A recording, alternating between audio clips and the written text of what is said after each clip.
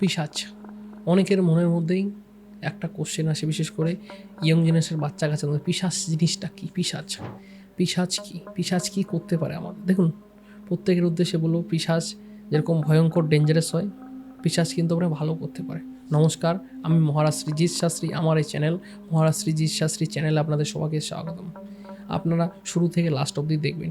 যে বিষয়টি নিয়ে বলছিলাম, পিশাচ। দেখুন, পিশাচ হচ্ছে কোনো ব্যক্তি যদি অপঘাতে মারা যায়, সে যদি অপঘাতে মারা যাওয়ার পর সে সুইসাইড করে হতে পারে, রেল লাইনে বা যে কোনো এক্সেট্রা মারা যেতে পারে, তার আত্মাকে যদি কোনো তান্ত্রিক তার তন্ত্র বলে যদি বেঁধে রাখে, তখন আস্তে আস্তে সে কিছুদিন যাওয়ার পর সে হচ্ছে গিয়ে পিশাচে পরিণত হয়। সে পুরুষ হতে হবে, কিন্তু নারী কোনো আত্মা হলে হবে না, পুরুষের আত্মা হতে হবে। সেই আত্মাকে যদি কয়া গিয়ে পিণ্ড দান করে, তাহলে কিন্তু সেই আত্মা পিশাচে আর থাকবে না, সেইটা সে উদ্ধার হয়ে যাবে। তাই প্রত্যেকের উদ্দেশ্য হলো সেই জিনিসগুলোকে জানতে হবে। পিশাচ কোথা থেকে তৈরি হলো, কোথায় কি শেষ হলো, কী বিষয় বৃত্তান্ত।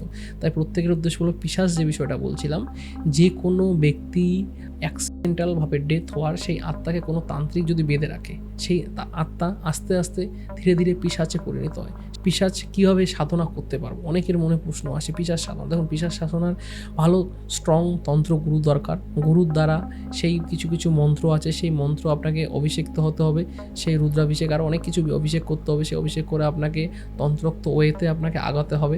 তারপর সেই পিশাচকে আপনি নিতে পারবেন, পিশাচকে আপনি বাহুবলে আপনার কন্ট্রোলে আনতে পারবেন। পিশাচকে আনার জন্য সঠিক গুরু প্রয়োজন। সঠিক গুরু অনুযায়ী যদি আপনি পিশাচ সাধনা করেন, তাহলে পিশাচ সাধনা করার জন্য কী কী করণীয়, দেখুন, পিশাচ সাধনা করার জন্য আপনাকে সঠিক গুরু তো দরকার, সঠিক একটা নিস্তব্ধ শ্মশান দরকার। যেই শ্মশানে বসে আপনি কাজ করবেন, হতে পারে সেটা কোনো ফরেস্ট এরিয়াতে একটি নিস্তব্ধ শ্মশান, সেখানে আপনি আর আপনার গুরু থাকবে, সেখানে বসে শ্মশানটাকে জাগাতে হয়। দেখুন, প্রত্যেকটা শ্মশানেই শ্মশান জাগানোর কিছু মন্ত্র আছে, শ্মশান জাগাতে হয়, এবং শ্মশানে প্রত্যেক শ্মশানে একটা করে ভৈরব থাকে, ঠিক আছে, সেই ভৈরবকে জাগাতে হবে। সেই ভৈরবকে জাগানোর পর আপনি আপনার মন্ত্র দ্বারা জপ তপ করতে করতে আপনি পাওয়ার গেইন করবেন। তারপর আপনাকে খোঁজ রাখতে হবে কোথায় অপঘাতে মৃত্যু হচ্ছে। সেই অপঘাতে মৃত্যুর যে ব্যক্তি আছে, ঠিক আছে, সেই ব্যক্তির আত্মাকে যদি আপনি বন্ধন করতে, সেই আত্মাকে বন্ধন করার জন্য কিছু কিছু দরকার হয়। সে কোরে আঙুল যে হয়, সেই কোরে আঙুলের একটা কর, সেই কর আপনাকে কেটে নিয়ে আসতে হবে। তার পিশাচের আত্মাকে আপনি মন্ত্রশক্তি দ্বারা চাইলে তো বন্ধন করতে পারেন।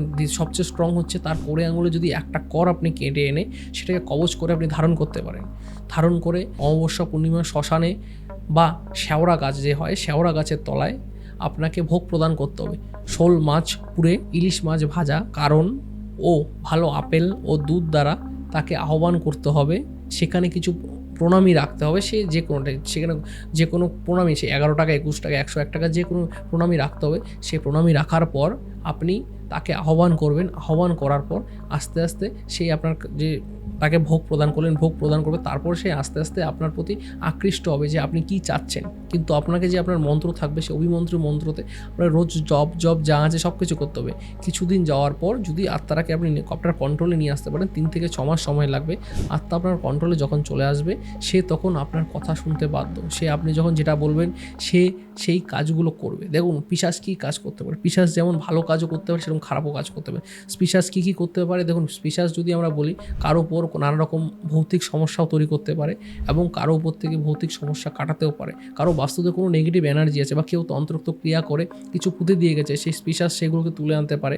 ধরুন, আপনার কোনো একটা গাছের ফল, মিষ্টি, নানা এসেট্রা আনার দরকার, ঠিক আছে, সেগুলো সে আনতে পারে, এবং মানুষের জীবনে অতপ্রুতভাবে অনেক কিছু সাহায্য করতে পারে। সে যে কোনো ক্ষেত্রে হতে পারে, ব্যবসায়িক দিক থেকে বা যে কোনো দিক থেকে তাকে সাহায্য করতে হবে।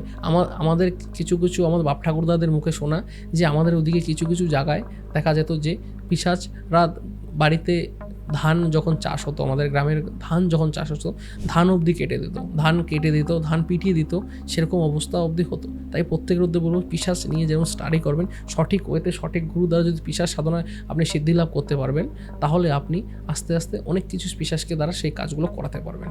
এই পিশাচ সম্বন্ধে আজকে এতটুকুই বললাম। আরও যদি জানতে চান, কমেন্ট বক্সে লিখবেন। যদি ভিডিওটি ভালো লেগে থাকে, like, comment, share and subscribe করতে ভুলবেন না। নমস্কার।